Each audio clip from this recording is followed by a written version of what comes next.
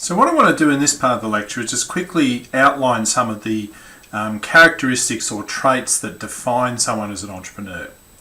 Now, interestingly, the traits-based approach to understanding entrepreneurs is actually one of the richest areas of research in entrepreneurship. And a lot of time and effort has gone into trying to identify what makes an individual or an organisation more entrepreneurial than others. Now, one of the concepts that's often talked about in this area when we talk about the characteristics of entrepreneurs and entrepreneurial organisations is the concept of entrepreneurial orientation. So it's the orientation that an individual or an organisation has, or a predisposition that they have, towards acting in entrepreneurial ways. Now, to get you to think a little bit about the notion of entrepreneurial orientation, I've put onto Milo for you a couple of additional readings, a couple of papers about the concept of entrepreneurial orientation, or EO. What I would like you to do is to read these papers because I think they're very important for your understanding of what an entrepreneurial orientation might look like. And certainly when we have our workshop in week 3, we're going to talk about this notion of entrepreneurial orientation and what it might entail within an organisation.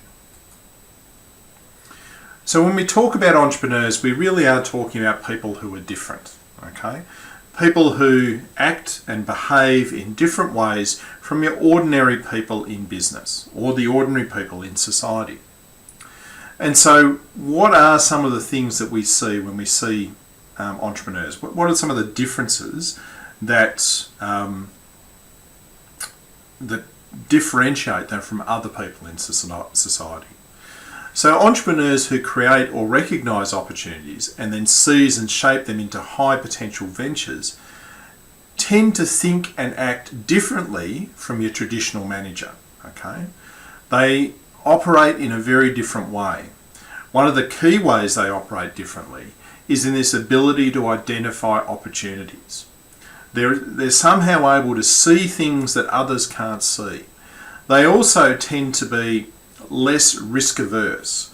They're willing to take chances because they believe that while there are risks in the world around them, there are also significant opportunities present in the world around them that create a great potential for their business. So there are a number of characteristics, distinctive factors that we attribute to entrepreneurs like Bill Gates or Richard Pratt or Richard Branson. These people who've led their fields. We tend to think of them about visionaries. They tend to be able to see the world differently and to look into the future and actually see new opportunities that many other people are unable to see.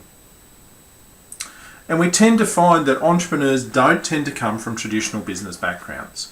In fact, sometimes the business education that we provide to people actually limits their ability to act in entrepreneurial ways because we teach people to be responsible. We teach people to be determined in focusing on singular objectives. We don't tend to encourage people, business people, to take chances.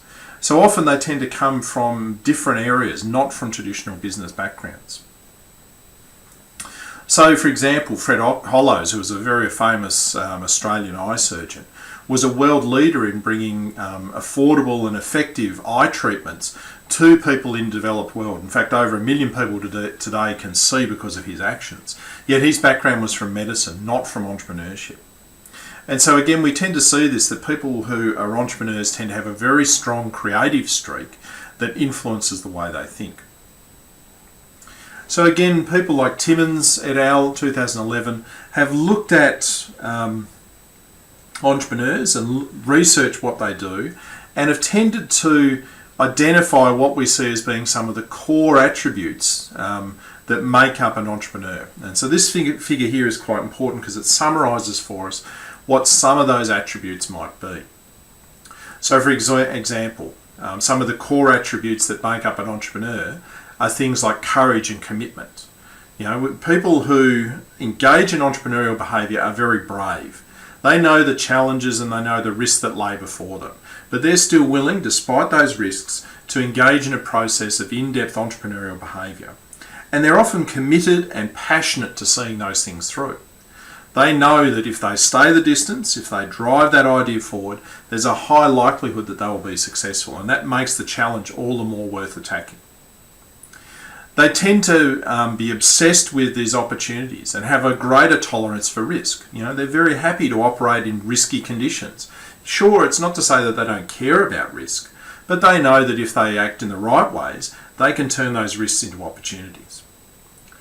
They're very comfortable with ambiguity and uncertainty. In fact, they try and create a sense of uncertainty and ambiguity in their markets so that they are better able to compete with other organisations. They tend to be very creative people.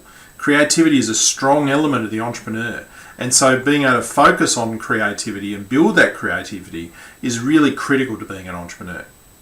So again, there's sort of the core attributes that an entrepreneur must possess.